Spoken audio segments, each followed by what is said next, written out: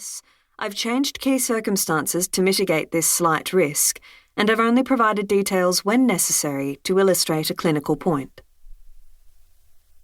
Finally, I need to say that while I work for a public forensic mental health service, all views expressed in this book are my own only, and are not representative of the views held within my organisation or of the broader legal, correctional and mental health systems within which I work.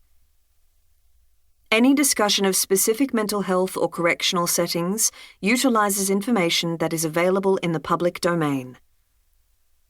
I discuss a range of personal experiences in this book and acknowledge that my recollection of events is imperfect and that other people's memories may differ.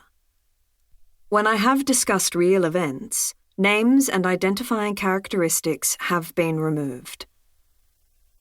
The tasks of a psychologist and a writer often diverge, though I consider that the truth-telling and advocacy for those whose voices have been ignored are the tasks of both. In the Sisyphean task of merging these two roles, I have been guided above all by my own ethics and values and desire to effect change, while openly and compassionately acknowledging realistic systemic limitations.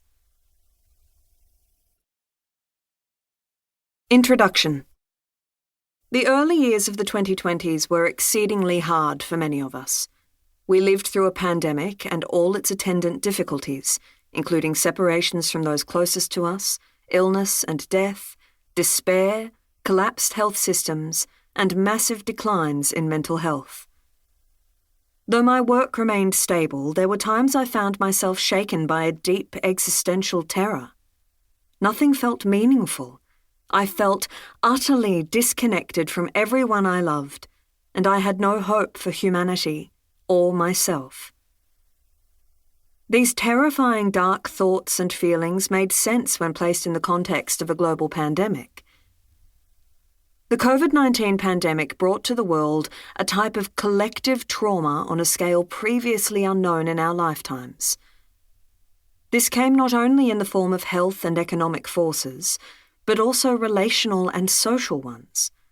Many of us were ripped apart from each other, left bereft of hope, and struggled through without the capacity to band together. When given the opportunity to connect, some of us declined, exhausted and terrified of re-entry to the world. Our reactions have mirrored those of survivors of serious childhood neglect, who often demonstrate complete withdrawal and an inability to connect with other people. Beyond the reach of the pandemic, those years brought other traumas front and centre in Australia. A survivor of child sexual abuse, Grace Tame, was awarded Australian of the Year for her excellent work on advocacy for victims. The coroner's report on an Aboriginal woman's death in custody noted that her death was wholly preventable and related to systemic and individual failures. The Nudazalingam refugee family from Biloela continued to quietly suffer medical neglect, separation from community, and the after effects of the experiences that led to them fleeing Sri Lanka. Numerous refugees were imprisoned for years in tiny, airless hotel rooms in Melbourne. Globally, race-driven violence continued, and tensions catalysed into actions and riots after George Floyd's death.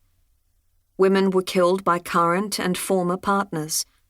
Military troops withdrew from Afghanistan, creating scenes of chaos and turmoil and dread of the years to come, as people in Afghanistan, especially women, experienced a return to life under the Taliban regime. Russia invaded Ukraine. Roe v. Wade was overturned, leaving millions of American women without safe and legal access to abortions. This is not an exhaustive list, of course, but just the ones that immediately spring to my mind. Many people remain in a state of interpersonal flux and withdrawal as they attempt to make sense of that which has occurred and struggle to create some internal stability. Our worlds may seem fractured, with no sense of certainty, no control, and feelings of impending danger and doom. This is the world a complex trauma survivor lives in daily.